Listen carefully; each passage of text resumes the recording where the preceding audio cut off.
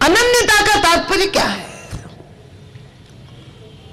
हमारे देश में अनन्यता को लेकर इष्ट के प्रति अनन्यता, गुरुओं के प्रति अनन्यता तो जाने दिए, इष्ट के प्रति आज भी देश के, भारतवर्ष के, हमारे राष्ट्र के कुछ हिस्से में ये दुर्दशा देखी जाती है। भगवान विष्णु के उपासक भगवान शिव के मंदिर में नहीं जाते अनन्यता के नाम पर, और शिव के उपासक विष्णु मंदिर में नहीं, हरि मंदिर में नहीं जाते।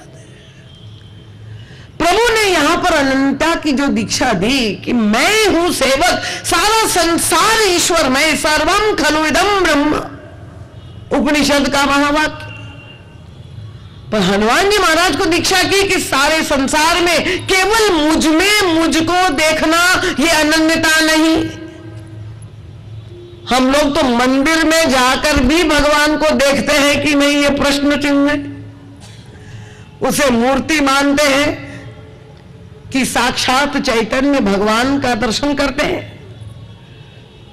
कि मंदिर में जाके दर्शन करने के स्थान पर प्रभु के आभूषण का दर्शन करते हैं।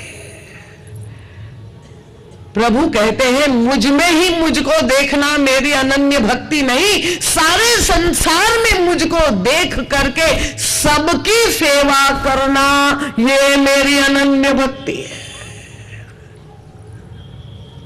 और श्री हनुमान जी महाराज ने प्रभु के इस उपदेश को अक्षरशः पालन, भावनात्मक दृष्टि से, तात्विक दृष्टि से, जिस दृष्टि से आप देखना चाहे। परम पूज्य महाराज श्री कहते हैं कि हनुमान जी महाराज तो पवन पुत्र है, और महाराज श्री जो भगवान का पंचायतन राम राज्य में जो झांकी है, परम पूज्य महाराज श्री उसका पंच तत्व के रूप में भी व्याख्या करते हैं। हमारे आदरणीय प्रेम भैया कह रहे थे कि यहां पर आश्रम में जो कथा हुई थी कि पंचायतन क्या है, ये पंच तत्व, पृथ्वी, जल, आकाश, अग्नि और वायु, यही पंच तत्व के प्रतीक है। ये पांच प्रभु भगवान श्री किशोरी जी, लक्ष्मण जी महाराज, भरत जी महाराज और हनुमान जी महाराज। श्री किशोरी जी पृथ्वी तत्व है, और लक्ष्मण जी अग्नि तत्व है, प्रभु आकाश, भरत जी जल, और हमारे हनुमान जी महाराज वायु तत्व के प्रतीक है। और वैसे भी अगर देखें कि श्री हनुमान जी महाराज जब वायु है, पवन नंदन है, और वायु का जो धर्म है, महाराज श्री कहते हैं कि सेवा की जो समग्रता है अगर देखना हो तो वायु के द्वारा आदर्श सेवा का प्रकट होता है।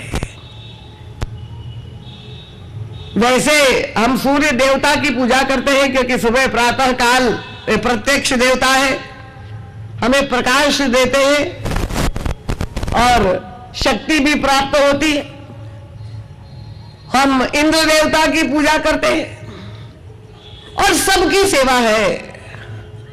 पर ये जो वायु देवता की सेवा है, आपको पानी का भी टैक्स देना पड़ता है। अगर वाटर टैक्स नहीं देंगे तो आपके घर में जो है वो जल आपको नहीं मिलेगा। पर कोई ऐसा व्यक्ति है कि जो सांस ले रहा है वो जो है वो वायु टैक्स दे रहा हो।